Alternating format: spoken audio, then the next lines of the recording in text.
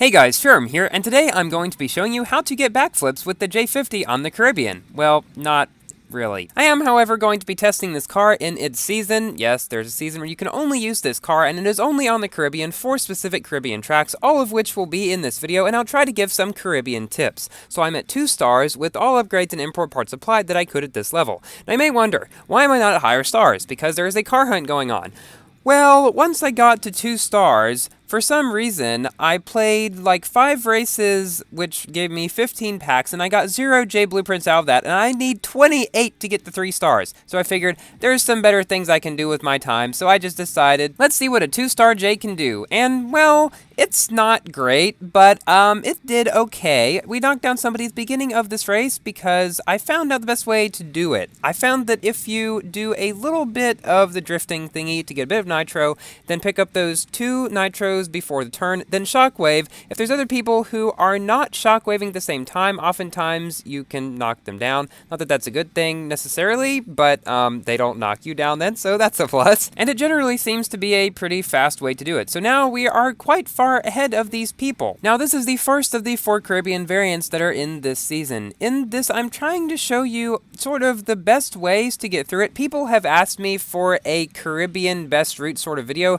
Dr. Illusion has already made that sort of video, so I don't know why I should make another one. But in this one, if you really want me to give some tips on the track, I will definitely do it. So for the most part throughout the video, I am taking the best routes, or at least what I believe are the best routes on the track, the best ones I've discovered anyway. Like this first one, I think I did everything pretty much correctly. And yeah, that way maybe you guys can find some routes that you maybe did not know of yet, and perhaps do better on this track, because you kind of need to know it for this season. So here we have come in first, ahead of 2 4-star J50s that did not manage to catch up throughout this race. So a 2-star J50 is definitely nothing to be sneezed at. Now for another race in which there are only 3 people. Now in this season, you hardly ever get more than 4 people in a race. In fact, I have not seen any. Perhaps it is limited to 4 people. I do not know for sure. But needless to say, there are not many J50s going around, because this is a car that is not especially great, as you've probably been able to see so far.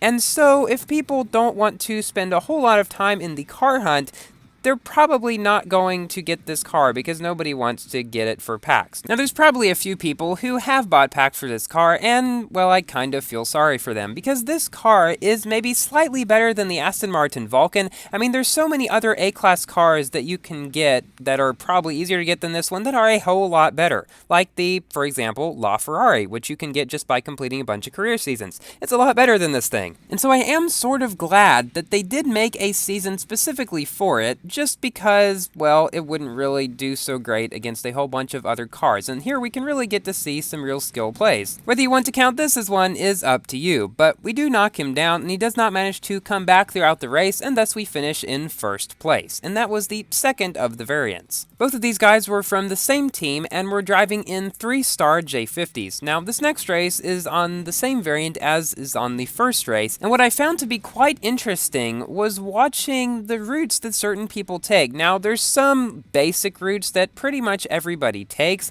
like for example going up here, but it depends how they take this corner. Some people wait for shockwave, some people drift and then shockwave. It really just depends a lot on the player and what they find to be better. And since I've managed to come across some of the same people multiple times in this season, sometimes almost right after one another, I've found certain people have their own patterns throughout the track that they just feel most comfortable with. And to be honest, that's great. Pick what works best for you. Hopefully that doesn't involve crashing into a rock. I have wrecked on that rock so many times, not necessarily in this season. That was actually one of the only times that I managed to wreck on in this season. How nice it was when I was recording. But anyway, yeah, that one is a bit difficult to avoid. If you're in a bad drifting car, do not even try to go in front of it, I would say. Just try to go around it. And honestly, I would say try not to go up the barrel that is directly after it. It can either put you on your top, which has happened to me sometimes, or it may put you up against the wall, and then you cannot go to the left back there and get that yellow nitro, and and then that's the fastest way there. Now through here, take the road and then go off here, go fully left here. I'm saying here a lot, I know that, but then drift around this corner here. I should really stop saying that, and then go up this barrel roll. See, I didn't say it that time, and then you will be ahead of everybody who went the other way. I see this as an absolute win, literally, because we end up coming in first because nobody catches up on the second lap. I find that in this season in particular, whatever position I'm in at the end of the first lap is most likely the position I'm going to come in at the end of the race. This season has definitely helped people become more accustomed to this track. Now guys, very soon, apparently in just a few days, there's going to be an update to both Asphalt 8 and Asphalt 9. So once I get more information about those, you can definitely expect a video about them. Now in Asphalt 9, there are going to be 5 new cars which have been revealed on the Asphalt 9 Discord. They are the Ferrari Aperta Koenigsegg Jesko, well those two we already knew, but also the Porsche 911 Targa 4S, Ferrari 812 Superfast, and Ginetta G60, or Ginetta, I have no idea how to pronounce it. So when stats for those vehicles come out, I will definitely make a video about them. Also in other news, Legions United will finally be getting their own custom logo in Asphalt 9. RPM has had it for so long on iOS and Android, and now Legions United is getting theirs, so that's pretty cool. TGL also is, so congratulations to them as well. This here is definitely one of the closest and most intense races I had all season. It was a 4-player race,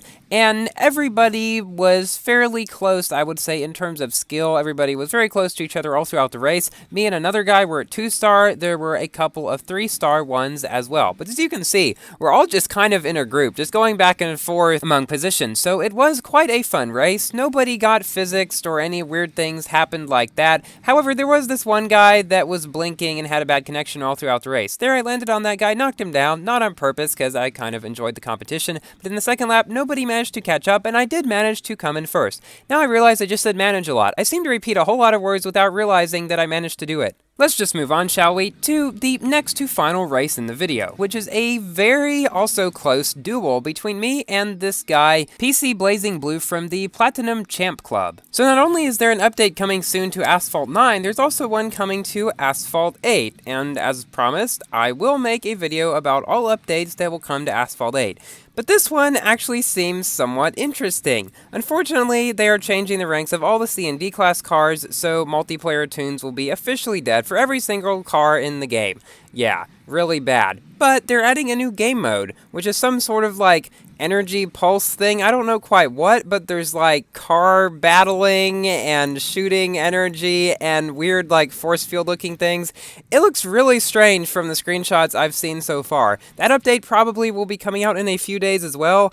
And I might just go back to the game to make a video about that, because honestly, it does intrigue me. Also, there will be 5 new cars added there. The Infinity Project Black S, which will be Class D, which is the first D-Class car to be added to Asphalt 8 in a while. Also, the 2017 Ford GT, which we have in Asphalt 9. The Koenigsegg Regera, which is in Asphalt 9. And 2 cars that are in neither game. Koenigsegg CCXR and the Aston Martin Vantage AMR. Now, I expect they'll all need like 100 engines and have super crazy hard R&Ds that require you to spend 10,000 tokens on upgrades and another 10,000 tokens to auto-pass things, because they probably won't give you enough engines unless you buy some boxes, which will cost another 10,000 tokens. That's kind of the direction the game has been going for a while now, so don't expect me to really go for any of the new cars unless for some crazy reason I decide to, but don't really expect that. But you can probably expect me to make a video about the new game mode, assuming that it's actually pretty cool, which it honestly does look like, and I'm expecting it to be. So after trailing behind this guy throughout most of the race, we catch up to him nearly around this corner. However, he does have Shockwave, manages to speed up a little bit and thus get ahead of me. And finally, we managed to catch up to this guy because we had perfect nitro and he did not have nitro. He gets knocked down. Knocked down, I mean. So now all I have to worry about in this race is number 1, messing up, and number 2, physics messing me up. So I tried to play it pretty safe,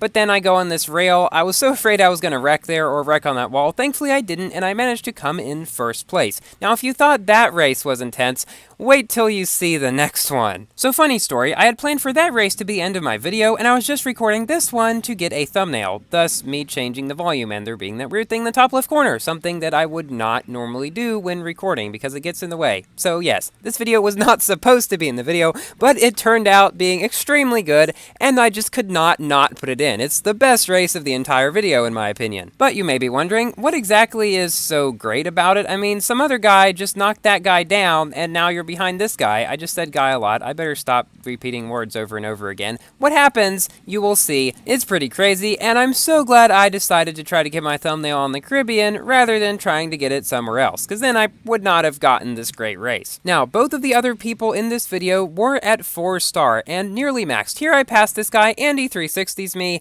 which I got quite upset about at the time, but I thought, okay, I'm just going to keep my cool, like I always try to do when I get knocked down, unless it happens like 5 times in a row, then I don't really keep my cool. But in this case I did, and I just decided to drive extremely well and see if somehow I could catch up to this guy in first place who was 4 stars and probably at least a couple seconds ahead of me. It seemed like an impossible task, but I had noticed that I'd already started to creep up to him a little bit more, so I just tried doing everything I could to possibly catch up to him. And I think I did pretty good. I found it's best not to go on that ramp there and to just go around here and then shockwave. I tried going up someplace back there. That didn't really work. Yeah, I've learned a whole lot this season about this track that I probably would have never done if the season had not come around. A lot of people are saying the season is really boring.